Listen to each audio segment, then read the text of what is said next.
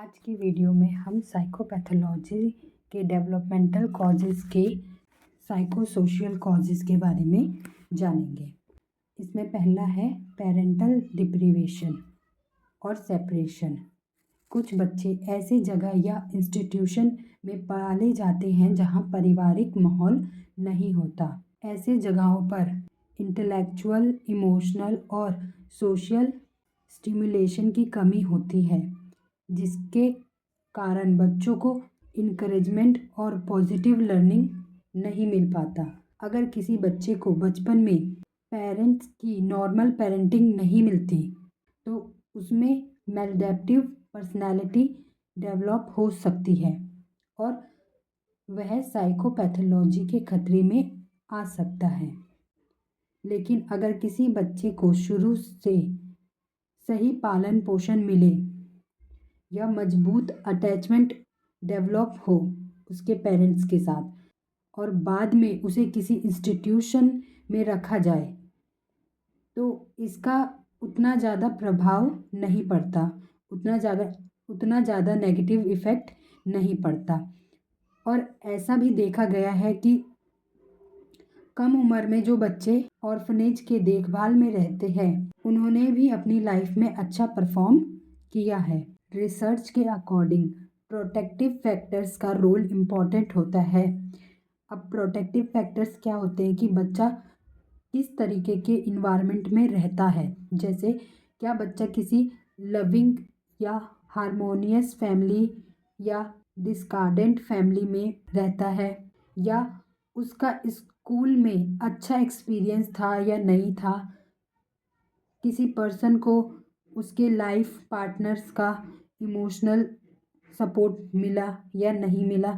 ये सभी factors self esteem और सेल्फ एफिकेसी को बेहतर बनाने में मदद कर सकते हैं। बहुत से पेरेंट्स अपने बच्चों के साथ अच्छा बिहेवियर नहीं करते, जिस कारण बच्चे मेंटली डिस्टर्ब रहते हैं। पेरेंट्स या तो बच्चों को नेग्लेक्ट करते हैं या उनको लव और केयर नहीं दिखाते हैं या उनके साथ समय नहीं बिताते। इससे बच्चों में कुछ साइकोलॉजिकल प्रॉब्लम देखी जा सकती है, जैसे फेलियर टू थ्रीव। इसमें बच्चा ठीक से डेवलप नहीं हो पाता और उसे बार बार हॉस्पिटलाइज करना पड़ता है और बिहेवियर प्रॉब्लम्स या डिप्रेशन जैसी प्रॉब्लम्स भी हो सकती है। कईयों में तो अटैचमेंट डिसऑर्डर भी देखा जा सकता है। बॉबली ने एक ट्रॉमेटिक इफ़ेक्ट के बारे में बताया। उन्होंने 2 से 5 साल के बच्चों पर स्टडी की जो हॉस्पिटलाइज थे और उनके माता पिता उनके साथ नहीं थे। उन्होंने सेपरेशन के 2 इफ़ेक्ट्स बताए, पहला शॉर्ट टर्म इफ़ेक्ट और दूसरा long term effect. Short term effect में क्या होता था कि जैसे बच्चे माता पिता से अलग रहते थे और बाद में जब उनसे मिलते थे तो उनके साथ उतना अटैच नहीं हो पाते थे। और लॉन्ग टर्म इफ़ेक्ट में क्या होता था, जैसे वो बच्चे अपने माता पिता से जब भी मिलते थे और अलग होते थे तो उनमें आगे चल के भी इस चीज़ का खतरा देखा जाता था, मतलब उनमें था डिसअटैचमेंट का फेयर बना रहता था। नेक्स्ट है चाइल्डहुड ट्रॉमाज। बचपन में कुछ बच्चों के साथ ऐसी बुरी घटना घट जाती है जो आगे चल के बच्चों के माइंड को इफ़ेक्ट करती रहती है और वो बच्चे चाहे कितने भी बड़े क्यों ना हो जाए, वो घटना उन्हें परेशान करती रहती है उनके लाइफ टाइम तक। साइकिक ट्रॉमा उस एक्सपीरियंस को कहा जाता है जो इंडिविजुअल के मेंटल हेल्थ को गहराई से इफ़ेक्ट करती है। ऐसे एक्सपीरियंस में साइकोलॉजिकल चोट अपनी छाप छोड़ जाते हैं जो जीवन भर पूरी तरह से ठीक नहीं होते। चाइल्डहुड ट्रॉमा बच्चों के मेंटल हेल्थ पर गहरा प्रभाव डाल सकते हैं। अगर किसी घटना से जुड़ी इमोशंस बाद में फिर से जाग जाती है तो पर्सन के लिए उसे संभालना मुश्किल हो सकता है। ऐसा भी देखा गया है कि जो घटना एक व्यक्ति के लिए बहुत पेनफुल होता है वही घटना दूसरे व्यक्ति के लिए उतना पेनफुल नहीं होता। अगला है पेरेंटल साइकोपैथोलॉजी। ये पाया गया है कि जिन पेरेंट्स को मेंटल प्रॉब्लम्स होती है जैसे कि depression, anti social personality disorder, उनके बच्चों में डेवलपमेंटल डिफ़िकल्टीज़ का रिस्क ज़्यादा होता है। इनमें से कुछ जेनेटिक हो सकते हैं, लेकिन रिसर्चर का मानना है कि जेनेटिक इफ़ेक्ट इन सभी नेगेटिव इफ़ेक्ट्स को पूरी तरीके से एक्सप्लेन नहीं कर सकता। एग्ज़ाम्पल के लिए, किसी बच्चे के पेरेंट्स को डिप्रेशन है तो इस बात की संभावना है कि उस बच्चे को भी मेंटल डिसऑर्डर का खतरा होगा। इसका एक मेन कारण ये भी है कि डिप्रेस पेरेंट्स अपने बच्चों की अच्छे से पेरेंटिंग नहीं कर पाते। ऐसे बच्चों में स्कूल ड्रॉप आउट की संभावना ज़्यादा होती है और आमतौर पर ज़्यादा एंजाइटी, डिप्रेशन और लोअर लेवल पर सेल्फ स्टीम फील करते हैं। पेरेंटिंग स्टाइल बच्चों के डेवलपमेंट में और उनके बिहेवियर को शेप करने में पेरेंट्स का बहुत इम्पोर्टेंट रोल होता है। पहले पनिशमेंट को अनडिज़ायरेबल बिहेवियर को रोकने या कम करने के लिए एक मेथड के रूप में यूज़ किया जाता था। अब डिसिप्लिन को अच्छा माना जाता है बच्चों के पॉजिटिव और हेल्दी ग्रोथ के लिए। इसमें 4 तरीके के पेरेंटिंग स्टाइल्स बताए हैं। पहला, अथॉरिटेटिव। इस स्टाइल में पेरेंट्स वार्म और केयरफुल दोनों को बैलेंस रखते हैं, मतलब अपने बच्चों पे ना ज़्यादा प्यार दिखाते हैं ना ही ज़्यादा डिसिप्लिन दिखाते हैं। वह बच्चों को कुछ हद तक फ्रीडम देते हैं। उनकी लिमिट्स तय होती है कि इससे ज़्यादा उनको फ्रीडम नहीं मिलेगी और इससे ज़्यादा उनको कोई काम नहीं करना। उनको बताते हैं कि उनके लिए क्या सही है क्या गलत है। इस स्टाइल का पॉजिटिव इफ़ेक्ट होता है जिससे बच्चे एनर्जेटिक, फ्रेंडली और अपने सोसाइटी में ईजिली एडजस्ट हो जाते हैं। दूसरा है अथॉरिटेरियन। इसमें पेरेंट्स अपने बच्चों पर हाई कंट्रोल रखते हैं लेकिन कम केयर और लव दिखाते हैं। इस स्टाइल में पले बड़े बच्चे अक्सर इरिटेबल, मूडी हो जाते हैं।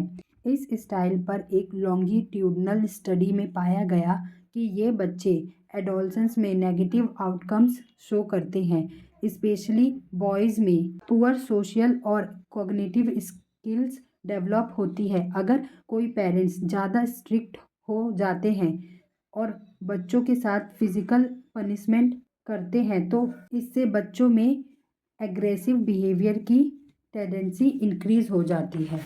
थर्ड है परमेसिव इंड्यूलजेंट। इसमें पेरेंट्स बच्चों पर बहुत ज़्यादा लव और केयर दिखाते हैं और कम डिसिप्लिन रखते हैं। इसमें बच्चे सेल्फिश, डिमांडिंग हो जाते हैं।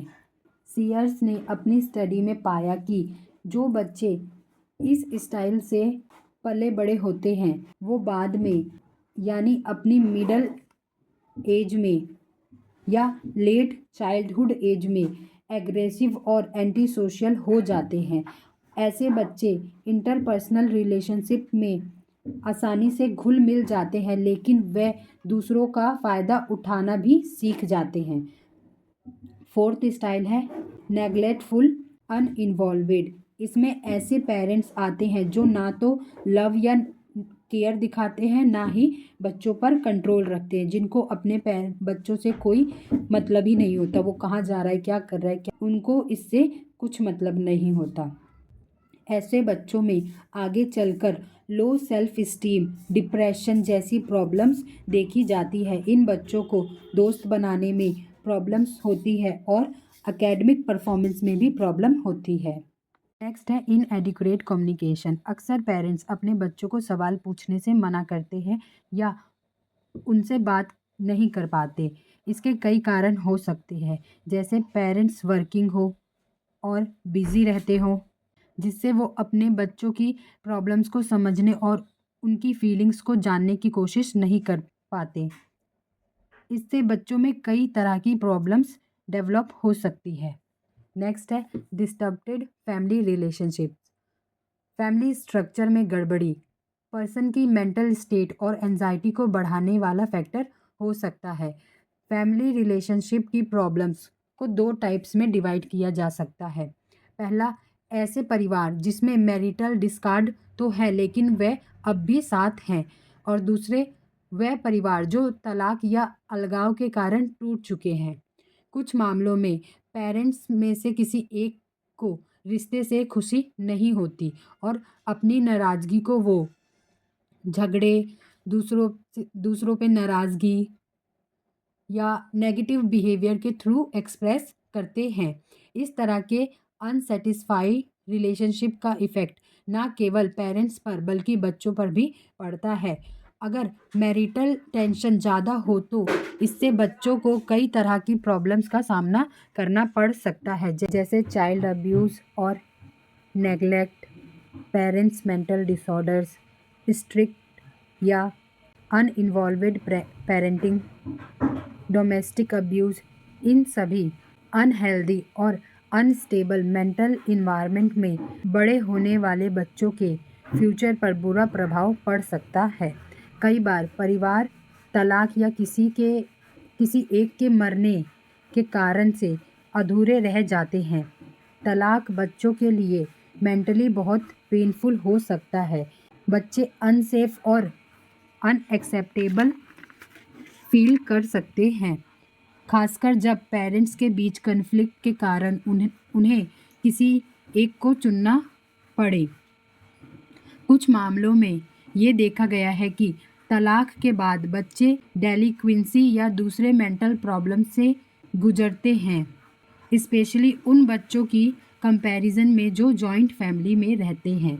कई स्टडी में ये भी पता चला है कि अगर पेरेंट्स के बीच लगातार झगड़े होते हैं तो तलाक लेना बच्चों के लिए बेहतर हो सकता है।